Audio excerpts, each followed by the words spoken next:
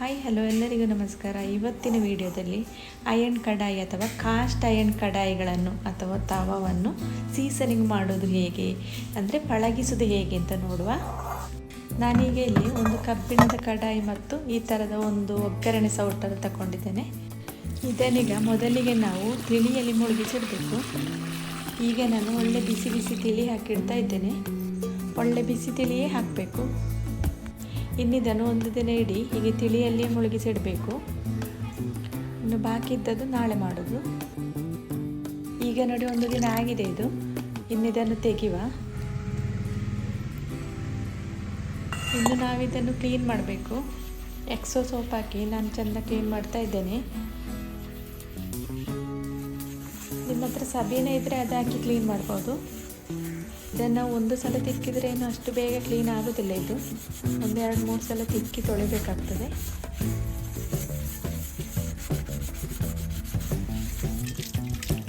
ಈಗ ಒಂದು ಸಲ ತಿಕ್ಕಿ ತೊಳೆದಾಯಿತು. ಈಗ 2ನೇ ಸಲ ಸ್ವಲ್ಪ ಉಪ್ಪು ಮತ್ತು ನಿಂಬೆ ಹಣ್ಣಿನ ತುಂಡನ್ನು ತಗೊಂಡಿದ್ದೇನೆ.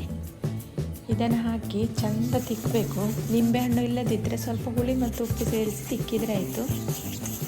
ಇದು ಒಂದು ಸಲ ತೊಳೆಯುವಾಗ ಅಷ್ಟು ಬೇಗ ಏನು ಕ್ಲೀನ್ ಆಗೋದಿಲ್ಲ.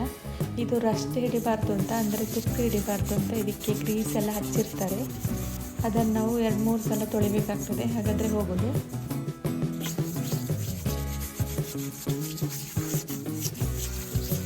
ಈಗ ನಾನು ಉಪ್ಪು ಮತ್ತು ನಿಂಬೆಹಣ್ಣಿನಿಂದ ಚೆಂದ ಕ್ಲೀನ್ ಮಾಡಿ ವಾಶ್ ಮಾಡಿ ಪುನಃ ಒಮ್ಮೆ ಸೋಪ್ ಹಾಕಿ ತಿಕ್ಕಿ ತೊಳಿತಾ ಇದ್ದೇನೆ.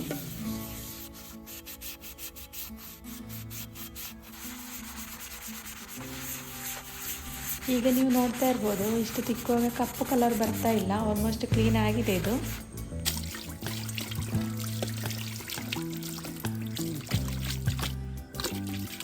ಇನ್ನಿದನ್ನು ಚೆಂದ ತೊಳೆದು ಒಂದು ಒಣಗಿದ ಬಟ್ಟೆಯಲ್ಲಿ ಒರೆಸ್ಕೊಳ್ಬೇಕು.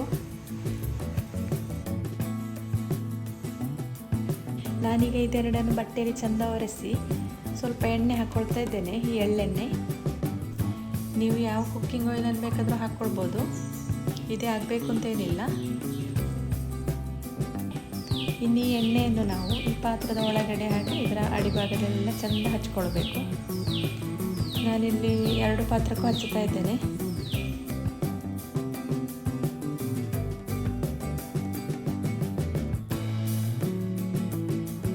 ನೋಡಿದ್ರಲ್ಲ, ಈ ಥರ ಹಚ್ಕೊಂಡಾದ ಮೇಲೆ ನಾನು ಗ್ಯಾಸ್ ಮೇಲೆ ಇಡ್ತಾ ಇದ್ದೇನೆ.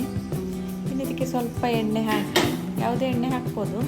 ಹಾಗೆ ಹೇಳಿದಾಗೆ ನಾನಿಲ್ಲಿ ಎಳ್ಳೆಣ್ಣೆ ಹಾಕ್ತಾ ಇದ್ದೇನೆ. ಈಗ ಬಾಣಲೆ ಸ್ವಲ್ಪ ಕಾದ ಮೇಲೆ, ಎಣ್ಣೆ ಸ್ವಲ್ಪ ಕಾದ ಮೇಲೆ ನಾನು ನೀರುಳ್ಳಿ ಹಾಕ್ತಾ ಇದ್ದೇನೆ. ನೀರುಳ್ಳಿ ಹಾಕಿ ಹೀಗೆ ಹುರಿಬೇಕು.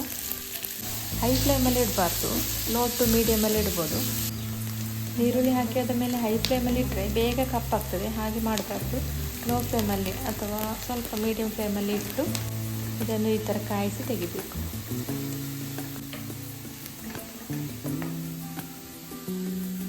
ಈಗ ನೋಡಿ, ನೀರುಳ್ಳಿ ಎಲ್ಲ ಕಾದಿದೆ, ಈ ಥರ ಕಪ್ಪಾಗಿದೆ ನೋಡಿ. ಇನ್ನಿದು ಸಂಪೂರ್ಣವಾಗಿ ತಣ್ಣಗಾಗಲಿಕ್ಕೆ ಬಿಡಬೇಕು.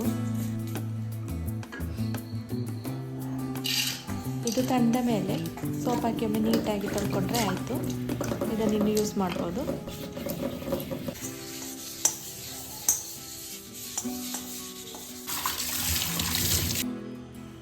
ನಾನಿಲ್ಲಿ ತೊಳೆದು ಒಂದು ಬಟ್ಟೆಯಲ್ಲಿ ಒರೆಸ್ತಾ ಇದ್ದೇನೆ. ಇನ್ನಿದಕ್ಕೆ ಒಂದು 2 ಡ್ರಾಪಿನಷ್ಟು ಎಣ್ಣೆ ಹಾಕಿ ಫುಲ್ ಸವರಿ ಇಡಬೇಕು.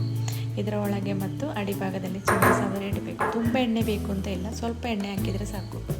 ಪ್ರತಿ ಸಲ ನಾವು ಯೂಸ್ ಮಾಡಿ ತೊಳೆದಾದಮೇಲೆ ನಾವು ಬಿಸಿಲಲ್ಲಿ ಒಣಗಿಸಬೇಕು. ಹಾಗೆ ಡ್ರೈ ಮಾಡಬೇಕು. ಇಲ್ಲದಿದ್ದರೆ ನಾವು ಒಣಗಿದ ಬಟ್ಟೆಯಲ್ಲಿ ಒರೆಸಿ ಈ ಥರ ಸ್ವಲ್ಪ ಎಣ್ಣೆ ಸವರಿ ಇಡಬೇಕು.